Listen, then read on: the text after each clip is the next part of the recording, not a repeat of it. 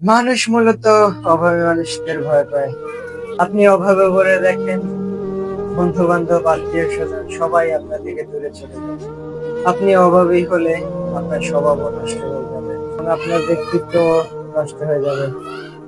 আপনি অভাবে পড়লে আপনার মুখ করে মন চাইবে বিপদের সময় যার পাশে ছিলেন তার কাছে বলতে যে আপনি ভালো নেই, আপনার সাহায্যের প্রয়োজন।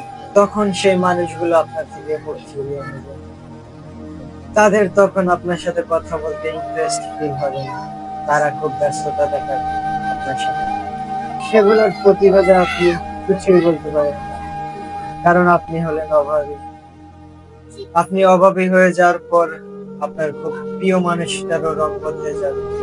সে আপনাকে দিয়ে প্রত্যেকটা জিনিসের প্রশ্ন করবে যে কেন আপনাকে দিয়ে হচ্ছে না। মজার বিষয় হলো, অভাবী মানুষরা সবকিছু করতে পারে না, কারণ পৃথিবীর প্রত্যেকটা কাজেই টাকা পয়সা জড়িত। টাকা পয়সা না থাকলে সেই কাজগুলো আপনি কখনো করে উঠতে পারবেন না।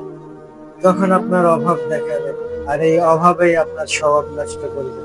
দেখবেন আপনি ব্যাক টু ব্যাক প্রত্যেকটা কাজেই অসফল হচ্ছেন, মানুষের কাছে প্রশ্নবিদ্ধ হচ্ছেন এবং মানুষের কাছে তাচ্ছিল্যের শিকার হচ্ছেন। বিষয়গুলো যন্ত্রণাদায়ক, কাউকে বলতে পারবেন না। কেউ আপনাকে পাত্তা দিবে না, আপনার কথা শোনার জন্য কেউ ধৈর্য ধরবে না, আপনার কথা শোনার জন্য কেউ প্রস্তুত থাকবে না।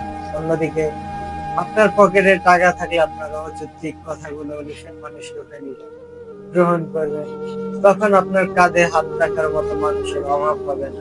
এই টাকা পয়সাওয়ালা মালিক হলে আপনার পায়ের নিচের মাটিও অনেক শক্ত হয়ে যাবে।